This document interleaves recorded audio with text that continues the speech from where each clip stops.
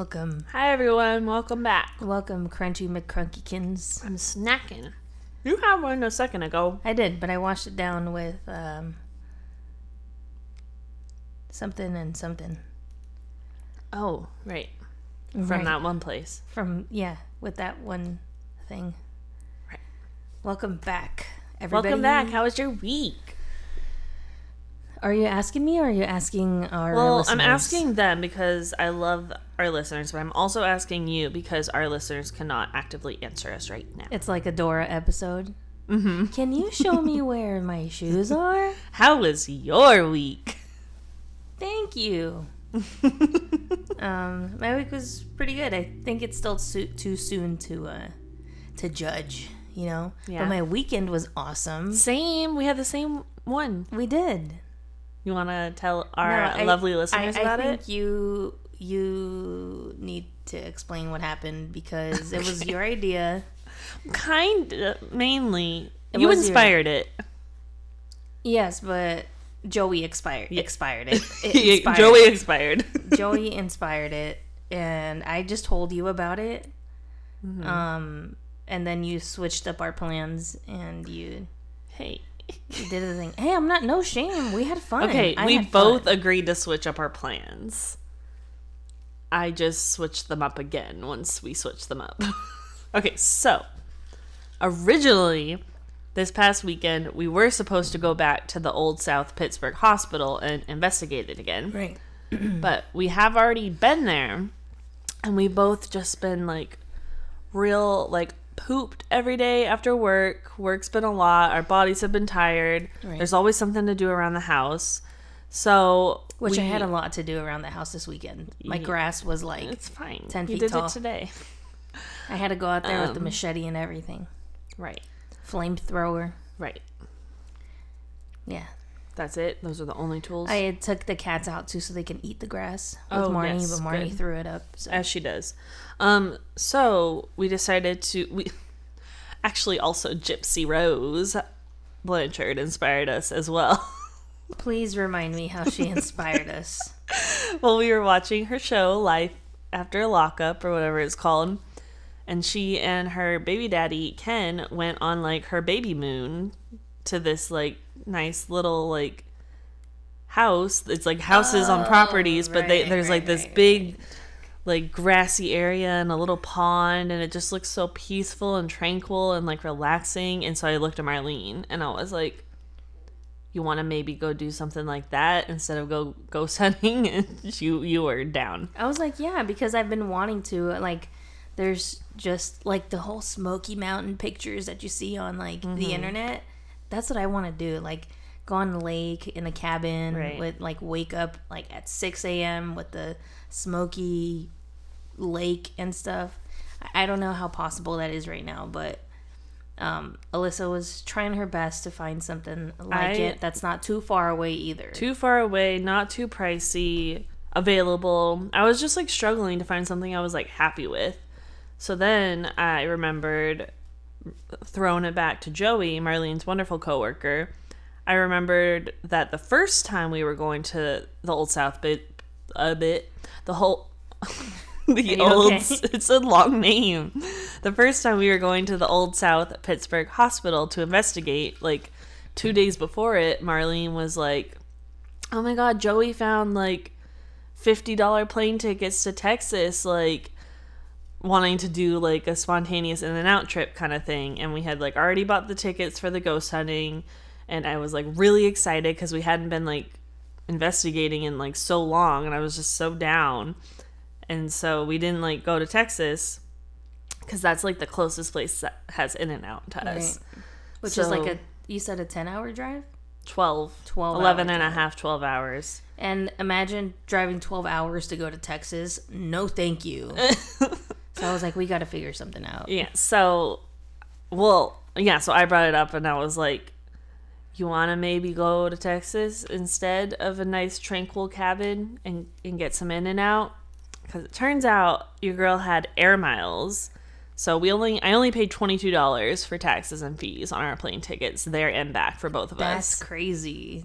That's why I don't feel crazy doing what we did. Yeah, and that's why we were able to afford it. It's not Yes. like we have fucking all this like expendable income to just no. spontaneously take a plane flight. We even got like the cheapest car rental. Oh yeah, the mystery car. It was a mystery car, and it turned out to be like this huge electrical truck.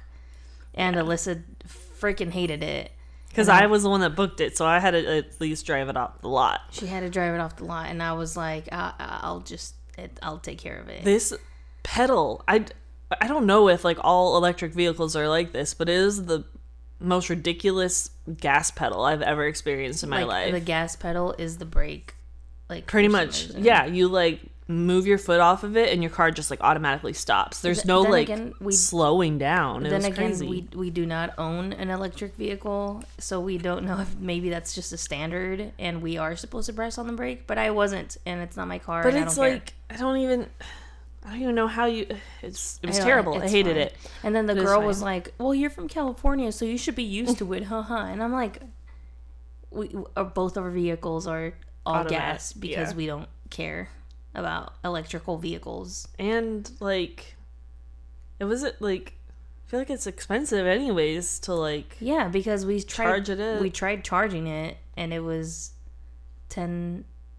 It was like $2 for every 10 minutes or something. It was like almost $100. And then, granted, it was a truck, but it was a F-150. Yeah, and it was just an awful that car. Was like the worst part of the trip, probably. Yeah, and which is not that bad. It's not that bad, yeah. Because then, anyway, and enough of the truck. Yeah, so that's how she was able to convince me, and I was like, you know what? Yeah, if we're not paying for plane tickets, we just paid for 2 nights in a hotel and the rental car, and that was it. Yeah, which is a lot, like saving a lot already, but it was nice. We got some In-N-Out. We binged In-N-Out that day. Yeah, we woke up the whole day. We woke up and we went and we got In-N-Out, and then because Marlene mentioned wanting to go to the Gulf of Mexico, because she had never like seen it, and it was like 40 minutes away, and so I was like looking at the towns that would like are by the Gulf, and I saw the Johnson Space Center, and Marlene loves space and all that kind of stuff. So I was like, do you want to go there? And so we went there after our first In-N-Out stop, and we spent probably like almost 4 hours there, actually. So it was awesome. I freaking love any science center, any space center. Like, I'm in. You can convince me. You can kidnap me by telling me, hey, I'm taking you to the space center. And I'm like, fuck yeah, I'm the first one in the car. And so what stood out for this one was that what stood out with this one, the Space Center, was that it's the Houston Space Center. It is. Which is where we heard the famous, or infamous, I guess. Famous, I guess? I don't know. The Houston, we have a problem. And that's where both of us realized that they were talking to Houston, Texas, and that wasn't just like a code name. Nope, I knew that. Oh, you knew that one? You just told me that. That's what you... Yeah, it was just you. I thought you didn't know either. Of course I knew that, babe. Now I feel even more stupid. No. It's like Roger. Yeah. 420. Breaker. This is Bart Simpson requesting one pimp ride ASAP. Exactly. You get it. Yeah. That's what I thought it was. Yeah, no, it's not a code name. It's not. They were just talking to Texas for some reason. Well, that's a space station, which inspired my not so fun fact this week. Ooh. Oh, but yeah, before we get into that, of course, we drove back and we got Tim Hortons and went back to the hotel. If you don't know what Tim Hortons is, it's not Tim Hortons. Here's a Who. It's not Dr. It's Seuss. a Canadian coffee and donut chain that has started coming here. We actually have one by our house. We just never go. And so we got it. Go again. Tried a bunch of things. They were fine. Not super impressed. And then we went and rotted in the hotel room, and then until we got hungry again and got In-N-Out again. And then we came home the next day. It was perfect. It was really nice. Yeah. Actually, it was like a nice night. And like, someone told me they're like, you're gonna be so tired by the time you get back home, and I'm like, nah, actually I felt like recharged. Like, I felt like good, like ready for the week kind of thing. Good. I love it. I wasn't like tired at all. I felt like a fat piece of shit for binging In-N-Out. But it's fine. It was worth it. And it was just one day. of loveliness. But yeah, it was good. And now we're back, and I'm feeling good too. Like, I've been getting through work, no problem. Like, my days haven't been dragging. It's a good week. Binks is cuddling next to me right now, and my spirits are up, and I'm ready for your not so fun fact. Same, yeah. All right, let's do it. Not so fun facts with marbles. Yeah, I was inspired by the Houston Space Station, Space Center, if you will. And there I found the Challenger. I'm snacking That's while fine. you're talking. Sorry. I found, like, Binks is like looking like, well, he's like, I could be snacking too. You gonna share, Mom? Look at him with his crooked whisker. You're a crooked whisker. My Ori back home is a crooked whisker. She's the OG. She embodies it. She's the OG in everything. Like, if you grew up with me and you're listening to this right now, you know Ori. Ori is the OG. Like, everyone knows Oreo. People ask about Oreo. Aww. Yep. And I'm like, she's still there. She's still kicking. Yeah. She's old. She what, 19? She's gonna be 19 this October. That's an old cat right there. Yeah, that's your stepsister, Binks. Senior citizen cat. No. If she's seen a thing, she's seen a lot. Yep. Okay, anyway. Yeah, my story is inspired by our trip to the Space Center. Binks is so cute. I keep getting distracted. He looks at you like he's so enamored by you. He is. And as I was saying, I found the book, The Challenger, on the space, in the gift shop. Yeah, the gift shop of the space shuttle. And as we all know, very tragic story, very tragic end with the Challenger. And so I thought I'd look up a little bit about Apollo 1 because that's part of chapter 2 in the book. Okay. It starts off with the tragedy with the Challenger and basically what the morning was like for the guy, the voice. Like, if you see the video of the Challenger takeoff, the voice you hear is the way this book is written in the first chapter. It's from the perspective of the man talking. Like, okay, we're at 50 nauticals and like stuff like that. So I figured I'd look up Apollo 1 and share with you the story of Apollo 1, which is the beautiful start of it, whether you believe in it or not, whether you think it's conspiracy or not, which begins our journey to getting our the first American on the moon. Or the first man on moon, I guess, if you want to say. If you prefer. That's probably more correct. The first man on the moon. Okay. So before America put a man on the moon, NASA was still learning how to send humans safely into space. And with that came a string of close calls and technical failures from Mercury Atlas 1, which crumbled mid-air, to Gemini 8, which spun violently out of control, until Neil Armstrong managed to stabilize it. Each of these missions carried a message. Space is not just dangerous, it's unforgiving. But in 1967, a tragedy hit before the Apollo program ever left the launch pad. Apollo 1 was supposed to be the first crewed Apollo flight. Its crew, Gus Grissom, Ed White, Roger B. Chaff. Grissom was the original Mercury 7, and Ed White was the first American to walk on space. They were both in Mercury and Gemini programs, and they were basically just orbiting, like rendezvousing the Earth in training to get someone on the moon. Gotcha. They were just trying to figure out, like, making sure that they got everything right, pressure wise, oxygen levels, everything else levels, like making sure they got everything. So make sure no one dies. Yeah. And so the third member, Chaff, Roger B. Chaff, was a rookie astronaut, and he had never been to space, and he was, according to, the interwebs. He was smart, promising, and only 31 years old, and it was supposed to be his first trip to space. I'm 31 years old. Yeah. That's So crazy, thinking about going to space. on January 27th, 1967, during a plugs out test, a pre-launch procedure where the spacecraft ran on internal power, something went terribly wrong. Oh no. So they, like I said before, they were just training in the base. Oh my god, what's it called in Florida? Canaveral? Cape Canaveral. Cape Canaveral. So the cabin was filled with 100% oxygen, which usually they mix it with like nitrogen oxygen, so it won't be 100% oxygen.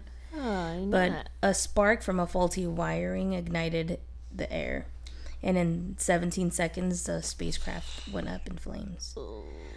The astronauts couldn't escape. The hatch was inward opening, which is already stupid, which we learned from, and under pressure it was sealed shut. So the men died within seconds from toxic gas inhalation, which when they do the body, what's it called, the morticians do the autopsy. Luckily, they found out that they died of asphyxiation before they were actually able to, according to them, right? That before they were actually able to feel any of the scorching, like the burning. That's good, I guess. So they died within seconds, and Roger Chaffee never even got to fly. So NASA shut down crewed launches for nearly 2 years after the fire, and the spacecraft was redesigned from the inside out. So materials, oxygen levels, escape procedures, like everything changed, because even the Velcro that they have inside of the spaceships up until this point, they just had regular Velcro, which had like no anti-flammable anything. So everything inside was flammable. Right. Where now they try to make it as, I forget what the word is. Heat resistant. Like fire resistant as possible. But the unsettling part is that even after Apollo 1, we didn't fully learn. And unfortunately, in 1986, the Space Shuttle Challenger broke apart just 73 seconds after launch, killing all 7 astronauts on board. Oh, that's a lot of people. Yeah, including a teacher. A teacher was on board the Challenger, and she had a lesson ready. Oh my god. She had like 2 lessons ready, and one of them, both lessons were actually going to be something we would have eventually seen in our science classes, because the NASA program, that's why they got a space teacher. So they were literally, the mission of the Challenger was just to go up in space, kind of like Gemini and Mercury programs, just to make sure that they got everything basically just like research. Yeah, basically everything's good, everything's straight, and then they're just orbiting the Earth while the teacher's just recording these lesson plans to show us like how gravity works in space. Wow. And that is like hands-on research, if I ever heard of it. Yeah, so that's what the point of the teacher going into space and what the point of the Challenger was in general. And the disaster unfortunately had warning signs, just the same way Apollo 1 had warning signs. But like Apollo 1, where Grissom had reportedly called a capsule a death trap before the fire, which I kind of asked you about. What does this mean? What? When there's a quote saying that one of the astronauts was being interviewed, and he was being asked like, what do you think of this whole thing? Are you excited and whatever? And he was like, well, something about like most of the parts are from a low bedding, from like a low low bidder parts kind of thing, because unfortunately, for NASA to be NASA, they have to use taxpayer money. Like, we're literally funding these things that the government should openly be paying for instead of war and war missiles and war whatever, you know? Yeah. They prefer to fund other things rather than beneficial things. Beneficial things to humanity in itself. So this astronaut was like, yeah, well, you know, he knew his risks with it being part of the, you know, the freaking space association and being one of the first, basically a dummy, right? So the warnings were ignored in the name of progress. They literally called it, love it. They'd call it, oh my god, I literally just read this today. They called it, can I Google it really quickly? I guess so. I'll eat my crispy. That was fast. Yeah. She was taking a while, and then she's like, I think I just need to get my book. It's because it's like the most easiest like word ever. You're gonna be like, oh my god. But wait, so what were you trying to think of again? What was I completely forgot what we were talking about. It's because they were rushing everything, so they didn't like really take their time to like go through everything and make sure double check it, use the best materials and stuff. Yeah. Sorry, I'm trying to catch my breath. So what they called this the go fever. So basically the desperate drive to push on towards a launch and to keep it on schedule regardless of the problems. And they believed that if they just kept going, they could fix all the faults along the way. Which worked with the triumphs of the Mercury and the Gemini programs, which despite some close calls, they progressed without a single serious accident. Damn. So it was just like this go fever of like, we'll figure it out later. Let's just like let's do this. Which unfortunately were the real reasons that Apollo 1 and the Challenger really fucking... Because that's what happens if you cut corners in space travel. Yeah, or ocean travel. Yeah. Like we learned with... Yeah. The... Ocean Gate? Ocean Gate, yeah. Yeah. But... Yeah, unfortunately, you know, the 7 lives were lost in the air with Challenger, which with the Challenger, what ended up being the problem was, I think I already said it, it was concerns about the O-rings on the shuttle's boosters in cold weather. And the weather had been like super cold that day. And even the guy, let me give a name to this guy because I feel like we owe it to him just because he fucking went through a lot.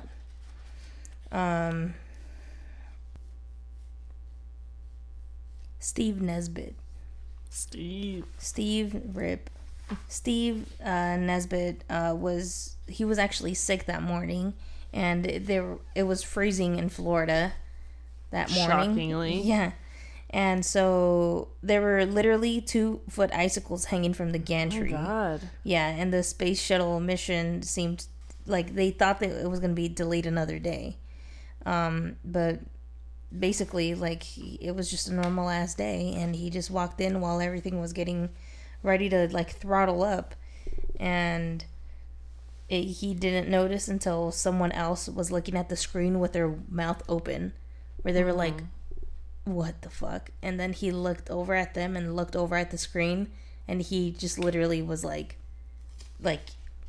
without words, basically. And it had already, like, launched? It had already launched, and like I said, his job in flight control was to kind of man the, like, I guess talk about, dictate, you know, we're at X nauticals and we're like all this shit, and right when they were going to go through normal throttle, which they usually have to go through normal throttle according to this at 104%.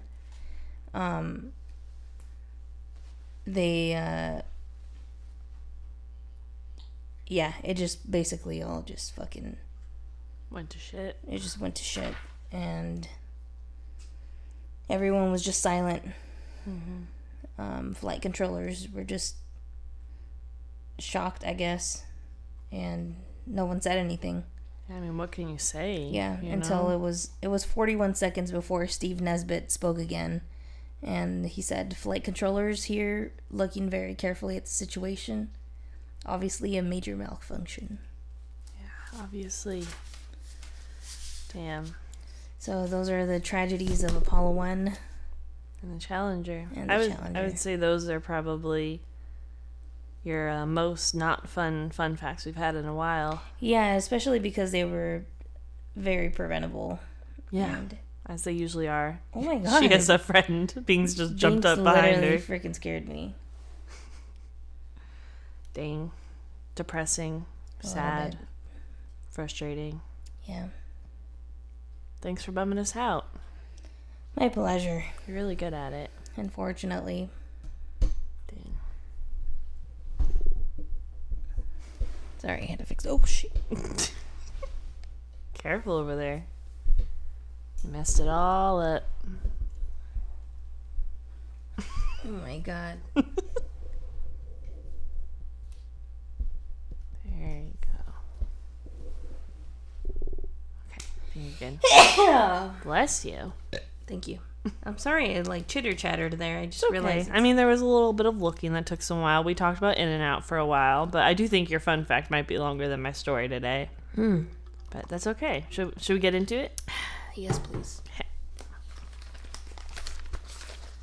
Well, if you recall, last week we did part 1 of Jack the Ripper. Yes. So we have got to finish her up. Quick recap if you weren't here or if you just forgot, which is also fine. I forget all the time. It's fine. We covered Jack the Ripper. There was a serial killer in 1880s in London. Killed 5 women at least in a very brutal way. Mutilated them, removed organs, wrote letters to the media about it, gave himself the name Jack the Ripper. So this week we're going to dive into who Jack the Ripper might have been, because it is still a mystery to this day. Lame. Yeah. Longest cold case ever. I am going to talk about the 4 most likely suspects. I'm going to discuss reasons why they were suspects. Some of them, some reasons why they were never convicted. And just keep in mind, while this investigation was active, 80 people ended up being detained. 300 people were investigated, and over 2,000 were interviewed. Damn. But again, no one was ever actually charged for these crimes. That's a long time too. 2,000 people. Yeah. That wasn't just excuse me, ma'am, have you seen this man? These interrogations could last hours. Yeah. Dang. And just the fact that it wasn't just any person. They must have found something in common with it, a common thread. Yeah, they must have had a reason, because there was tons of false tips and leads, where I'm sure they got hey, check out this person, and I'm sure they looked into them and they're like, no, it's not worth our time. Yeah. I'm sure Mr. Krabs has something to do with this, but I'm not entirely sure. He just gives me a bad vibe. Yeah, he looked very suspicious that day after trimming his grass and where he threw away his grass trimmings. I don't know. Right. Mr. Krabs? Are you feeling it, Mr. Krabs? Are you feeling it, Mr. Krabs? Can you feel it, Mr. Krabs? Okay, so suspect number 1 was Montague John Druitt. Okay, Montague's a crazy name. I know, it's a first name. Isn't that wild? That's wild. That's wild. I mean, it was the 1880s. I mean, it's also kind of cool, though. It is cool, and it was London. Montague. Oh, Monty. Monty and the Montagues and the Capulets. There you go. I referenced that this weekend. Yeah. Weird. So Montague was an Oxford-educated man from a fairly good family. Montague, such a pleasure to see you. Although some claimed he was quite sexually insane, and that is a quote. Sexually whatever that charged. means. Sexually insane and I charged. feel like insane is very different than charged. And he was never charged. With his insanity. Except he was. By the people, not by the law. By the people. I mean, anyways. By the people. The reason... Near the steeple. The reason Montague was suspected to be Jack the Ripper is because, 1, the murders happened in Whitechapel, and he lived just a few miles from Whitechapel and was frequently seen there, and 2, he allegedly committed suicide around the time of the last reported murder. Oh, okay, so no. And those are the reasons. Yeah, no. He could have, killed himself for another reason. Yeah. But that also very well could have been him. It could have been. We don't know. We weren't there. Yeah. We don't know what happened. There's reasons why why men shoot themselves in the head sometimes. There are a lot. Lots of thoughts in there. Mm-hmm. Best way to eliminate the thoughts is to shoot the brain. You're right. Oh, look, an Arlo. Arlo. All right. Our next suspect is Karl Feigenbaum. I think he's Jack the Ripper. Okay. So Karl was a German merchant sailor who was known to be a psychopath who confessed to mutilating women, and his own lawyer even believed he was Jack the Ripper. Damn. Yo, it's not cool to mutilate women. No. We don't support it. Don't mutilate women. Don't do it. Don't do it. Just say no. Just say no to yourself. Karl Don't do it. Karl went by many aliases during his lifetime and was known to be working as a merchant on ships that had docked near Whitechapel. There are even records proving that he was working in Whitechapel every single time Jack the Ripper struck. He was also often seen at brothels, and if you remember, supposedly all of the victims were sex workers. Poor guy probably just worked every single day to make a living. And he's like, I need to blow some steam and go have some fun. And his neighbor was like, I see him there every day. Kind of thing. Yeah. I just assumed it was him, and he was just a hardworking, although sexually deprived man. Also, I don't know if we want to say poor man, because also remember he confessed to mutilating women. So there's that. This guy we're talking about? Yeah, this is the one that mutilated women, according to himself. Oh, that's right. And his lawyer thought he was Jack the Ripper. So he did admit to mutilating women. That's what I'm saying. That's why we started talking about mutilating women. I'm so sorry. I was itching Arlo. Yeah, I know. I could tell you were distracted. Yeah. And I was talking about a very important part of the story. And I was like, yep, mutilation. Don't do it. It's wrong. What are we talking about again? So same guy, Karl. To top it all off, in 1890, Karl was convicted of murdering a woman named Juliana Hoffman, and he was sent to the electric chair for it. Marnie, this is a very serious time. She likes to extend her legs behind her often whenever she does anything. Okay, so Karl was convicted of murdering a woman named Juliana Hoffman, and he was sent to the electric chair for it. Damn. And the way in which Juliana was murdered was very similar to the way Jack the Ripper killed all of his victims. All right, so our next suspect is Francis Craig. Never heard such a white name before. Yeah. So Francis was working as a reporter at the time. Sorry. I'm removing Arlo from the situation. She's distracted. Okay. Francis was working as a reporter, and he was covering the murders as well as other crimes happening in London's East End. He was the son of a, quote, well-known Victorian social reformer. Ooh. I know. Ooh. And people did say he seemed to suffer from some type of personality disorder. Don't we all? I mean, no, but if you do, that's okay. Yeah, that's fine. All are welcomed. Yeah. And in 1884, he married Elizabeth Weston Davies, who was believed to have been a sex worker who went by the name Mary Jane Kelly. And if you recall from last week, Mary Jane Kelly was Jack the Ripper's final victim. No. So, theories suggest that once Francis found out his wife was working as a sex worker, she got scared and went into hiding, and he started plotting her murder. But to be more inconspicuous, he killed other sex workers in the area first to make it not look like suspicious and like a targeted crime. Yeah, so that's potentially a thing, but also like, what's this man's name again? Francis Craig. Oh, Francis. But it's Craig. Like, the mutilation thing is the part that like is interesting to me. I could see him maybe doing that to his wife out of like anger and rage, right? But then he like did all those things to like the other woman and like wrote to the media and like cut off an ear.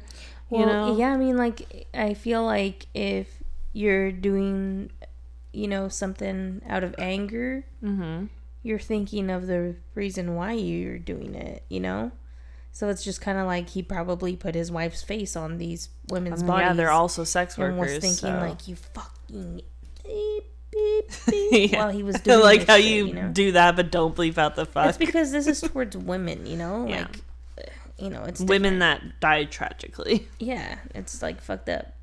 Yeah. Okay, so our fourth suspect is Walter Sickert. He was a German immigrant working as a painter, and he often painted sex workers. Okay, like Jack Dole, or what's his name? Jack Dawson. Oh, from the Titanic. Yeah. Well, he didn't. Well, I don't know. Maybe, we don't know. Because he did draw, the women in his things. Yeah, he drew multiple women. They definitely could have been sex workers, which all power to him, Yeah. So some believed that Walter painted clues and symbols regarding the Jack the Ripper murders. Kind of like paintings. The Zodiac calendar? Mm-hmm. I hope someone suggests that one of these days, because I actually don't know a lot of the details from that. Well, I suggest it right now. I can't just do your suggestions, okay, babe. I'm gonna, if so, we'll have to wait on it at least to give everyone else a chance. Thanks. You should suggest it, please, sir. May I have some more? I would take his suggestions in a heartbeat. But yeah, people believed that there were definitely clues in his paintings. And experts suggest that the clues are so similar to the actual crime scenes that only the true murderer could have painted them. So switching gears here, but Walter apparently had multiple surgeries on his penis. What? So many believed that penis enlargement, maybe? Well, probably not in the 1880s. I don't know what it would be for. They just add a stick in there. Just along the side, taped around it. But whatever kind of surgeries they were, people thought he was impotent because of them, which might have been a reason why he treated sex workers so violently. Multiple serial killers throughout history have had some kind of impotency problem, and they resort to killing because it becomes their only source of sexual fulfillment, and that's why they get sexually aroused by it. Also, probably just projected rage and frustration towards the women, but dialing back to more concrete evidence, at least one of Jack the Ripper's letters had mitochondrial DNA on it. The DNA of Walter Sickert. How? What do you mean? Well, how is his DNA on this Jack the Ripper stuff? Exactly. That's the closest case we have. But Walter was not the only one to leave behind some DNA.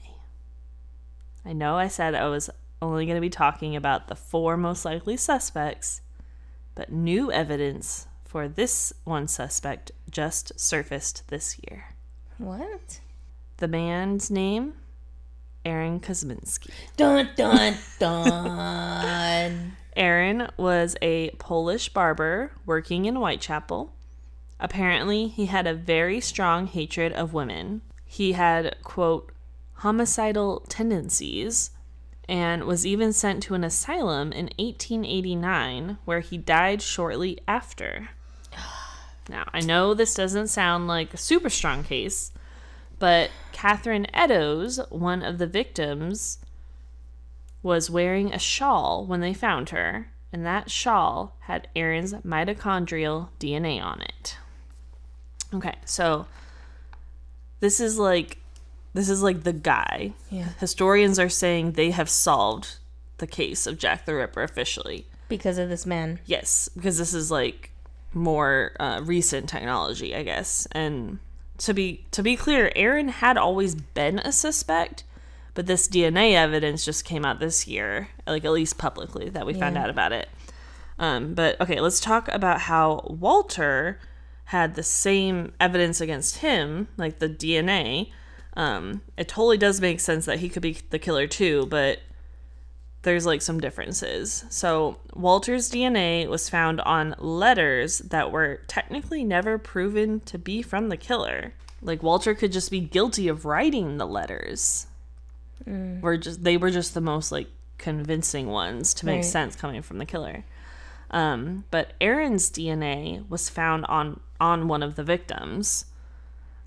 Also, the DNA evidence against Walter was discovered sometime around 2001, 2002, while the DNA evidence against Aaron was discovered in 2014, and then the test was conducted again in 2019, and then just recently, the DNA on the shawl was found to be a 100% match to a descendant of Aaron's. This test was completely supported by that descendant, as well as a descendant of Catherine Eddowes, the victim that was found wearing the shawl. Russell Edwards, the historian who made this discovery, actually sent a letter to the Attorney General requesting permission to go to Britain's High Court for a further inquest. Russell and his team hope to legally be able to tie Aaron Kosminski to the murders. Karen Miller, the great-great-great-granddaughter of Catherine Eddowes, was quoted saying this: "The name Jack the Ripper has become sensationalized. It has gone down in history as this famous character. What about the real name of the person who did this? Having the real person legally named in a court which can consider all the evidence would be a form of justice for the victims. We have got the proof. Now, we need this inquest to legally name the killer." And just to follow up with Karen's point, let's just all pay our respects to these poor victims. Rest in peace to Mary Ann Nichols, Annie Chapman, Elizabeth Stride, Catherine Eddowes, and Mary Jane Kelly. And that was part 2 of the horrifying tale of Jack the Ripper. Wow. Thank you. Thank you. Rip to all these poor innocent women. What do you think? It just sucks that the guy's dead. Yeah, I mean, they're all going to be dead, unfortunately. Like, I feel, yeah, I guess so. I feel like justice comes with shame. Mm-hmm. I mean, his name will go down in shame, but yeah, I get what you, like, they need to pay for it. Like, they got away, you know? They got away. It like, sucks. Yes. Guilt, like, being exposed, It comes with shame. If you haven't felt the shame, it's just, it feels so incomplete, even if, all that gets... Because even, like, because you and I believe in different things, but even if it was one or the other, like, he probably most likely lived a full life, so no death penalty, and then he didn't get stuck in prison for the rest of his life where he should have been. Right, but I think part of my death penalty stuff is that I want the person to, like, know that, like, you fucking suck, bro. Like, right. Feel the shame. That's what I mean. Like, no knowledge of, like, that's why you're dying. No dying too soon, like all those women. They just They just got away with it and got, I mean, if anything, hopefully they spent the rest of their entire life just like shitting bricks that they were going to be found out. Yeah. I guess that would be. But that's all we can hope for. But I hope for this family, for Karen Miller and everyone, all the other victims' descendants. RIP. That they do get the closure from this if it ends up being legally solved. Yeah. But yeah, this is a rough case, but will always be so fascinating to me. So thank you, Marlene, for suggesting it. Thank you for covering it. You're welcome. On Jack the Ripper, the silent killer. I mean, we can end it there. He doesn't need more of a name. Yeah, I guess Fuck so. that guy. I guess so. It's just like I remembered last episode I was going to come up with a rhyme. Oh, you're right. I totally forgot. I have no rhyme. You don't have a rhyme. How embarrassing. It was Jack the Ripper. All right, you come up with it. Maybe we'll put it in the post tomorrow. Okay. Oh, that's a good... Okay. Okay. Yes. Sound good? Yes. Cool. All right. We have to go buy dinner and then eat it. So... Yeah, we got to go to the grocery store. Yeah. We need to get Marnie's dinner, too, the hungry girl. Yeah. But yeah, we love you guys. As always, thanks for listening. Thank you. We appreciate you. Thank you very much. Yes. Keep sending your suggestions. I was going to say, we your mostly... favorite scary story at gmail.com. Interrupty. So we mostly do your guys' suggestions, not Marlene's. So yes, if you want to hear your favorite spooky topic covered on the podcast, send it to that email again. What's your favorite? Yes, that's what I wanted. Say it again. What's your favorite scary story at gmail.com, or you can send it over to our DMs on Instagram, which is also what's your favorite scary story. We cover it all: ghosts, urban legends, cryptids, aliens, true crime, anything weird. We also want to hear your personal stories if you feel comfortable sharing them. We love hearing them, and let us know if you want them shared on the podcast. Please don't be shy. We see you. We see your you're listening, and we're listening too. Give us a different alias. If you hate us and you're listening, just send us your story through an alias email right after you send an apology letter or a hate letter, Yeah, Marlene wants all the feedback. Yeah, just be honest, dude. We only live once. You think my soul is going to care to interact with your soul in the afterlife if we don't get along in this life? Like, just get over it, dude. We can talk it through. We can talk it out. Come on. This got deep. It's fine. There's no reason. Fine. Yeah, nothing matters. Just dude. Send us your things. If you people. really think about it, just get, we'll talk it through. We're good. Just send us your stuff. We can be friends, maybe again. If not, it's fine. I still love you. We gotta go. Okay, bye. We love you, people. Bye. Stay spooky. Stay spooky. Spooky. Forever and ever. Stay spooky. Forever. Our friends. Until the end. Or not, because you're a hater and you're listening. Love you still anyway. Bye.